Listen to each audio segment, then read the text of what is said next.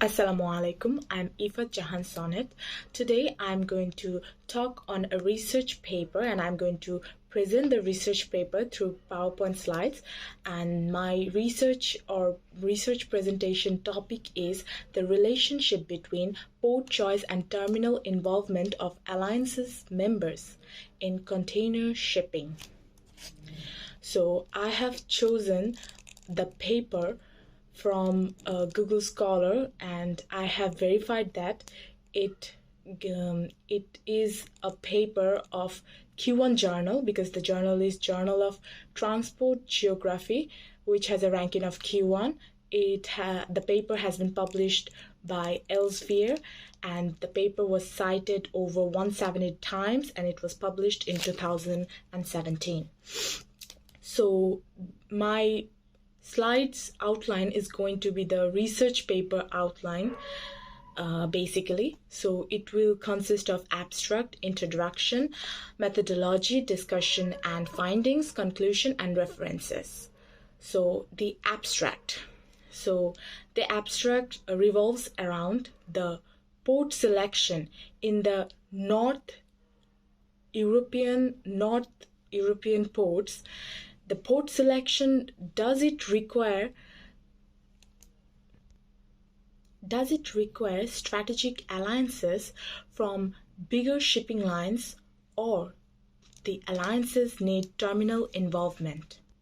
It also answers the question, does the port choice involves any organizational structure formation of the alliance members or the terminal involvement of those alliances? From the introduction, we can see that now this era is of containerization. The container handling growth has become a clearer version to us day by day. So in the pre-2000s, around 88 million TEUs of containers were handled, but in the 2009 it was rapidly increased. After the economic crisis of 2008, the growth rate has been rapidly increasing, but not like the faster pace. It has been increasing in a slower pace, and in 2017 it was around 691 million TEUs. Nowadays, the vessels can be seen upsizing. The average ship size has been increasing from 2006 to 2017. In numbers, we can see that it increased at around to 14,000 TEUs, the average ship size. Alongside, the number of weekly liner services has been seen decreasing in numbers.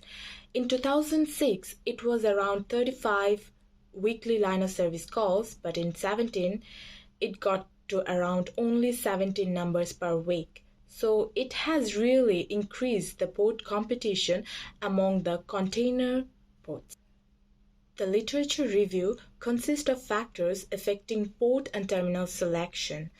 The key point to be noticed that are shippers and third-party logistics, and the contractual agreements between terminal and shipping lines, liner service design, terminal facilities, and the investment of alliances or other operators does not guarantee traffic.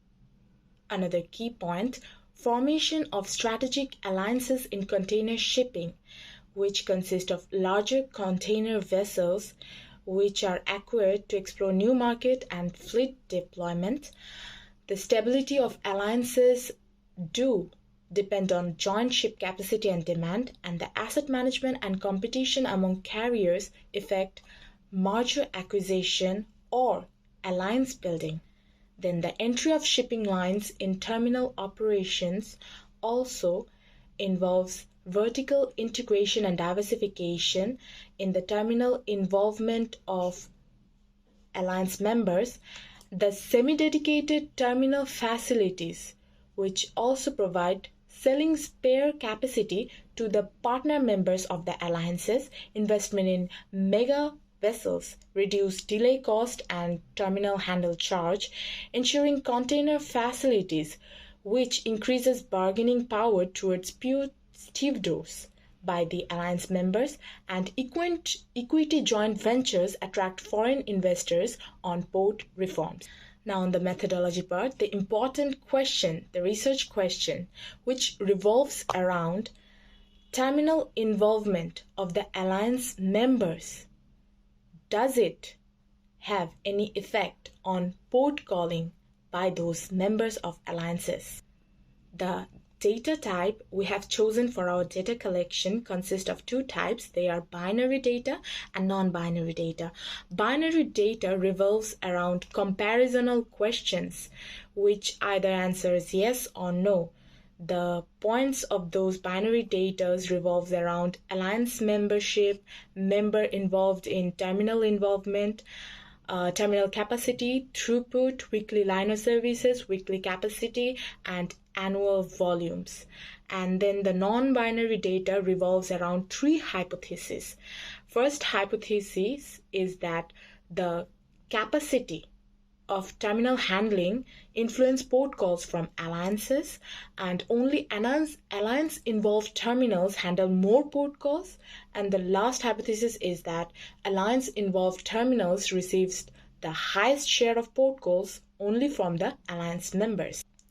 The data collection source includes carrier websites, annual delivery reports, specialized press.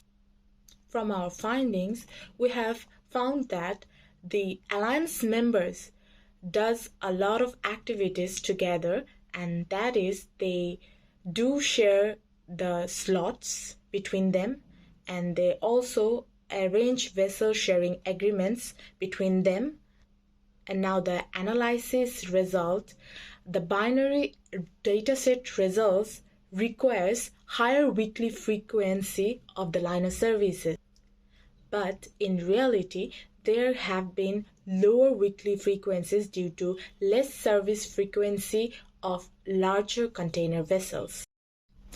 In the discussion and limitations, the non-binary dataset results predicted or analyzed that all of the three hypotheses were refused due to the lack of enough evidence and relationship between the involvement of the terminal and the alliance built up. The limitation arises that all of these observations have been done on local market analysis on the situations, but it cannot validate on global scale. So we can conclude by saying there are many international terminal operators who work independently and provide special terminal facilities to their larger shipping line customers, who actually happens to be from the alliances, worldwide alliances. And so lastly, we can conclude that shipping alliances does not require terminal involvement to call at port. Here is the references. Thank you.